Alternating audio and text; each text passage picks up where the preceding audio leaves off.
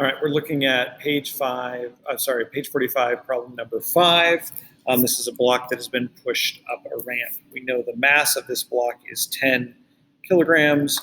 We know that mu s equals 0.7 and mu k equals 0.5.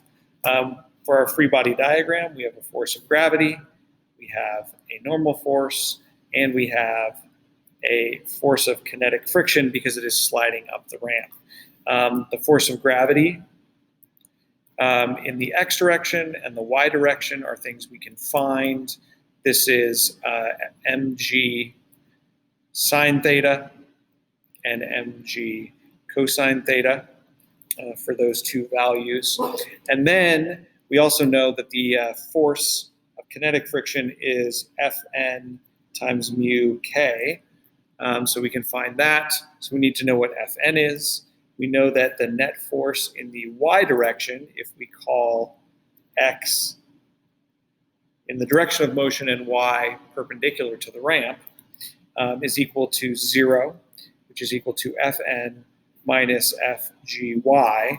So that means Fn is equal to mg cosine theta, which means Fk now can be found as mu k mg cosine theta. So that's a starting point. Then we can say that the net force in the x direction is equal to ma, which is equal to negative fgx minus fk. I'm doing the negatives because the positive direction of motion, both of my forces are in the opposite direction. So we can say that ma is going to be equal to negative mg sine theta minus mu k mg cosine theta. The m's cancel out, which is nice, so we have an acceleration equal to negative of g times sine theta plus cosine theta. Right, that's just a little plus mu cosine theta, right?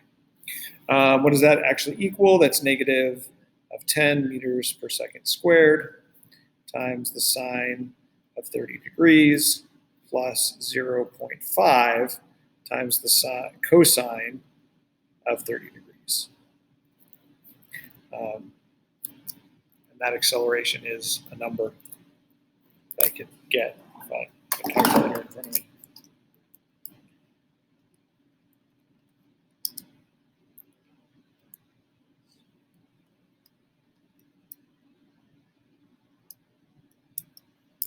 So this is equal to negative 9.3 meters per second squared.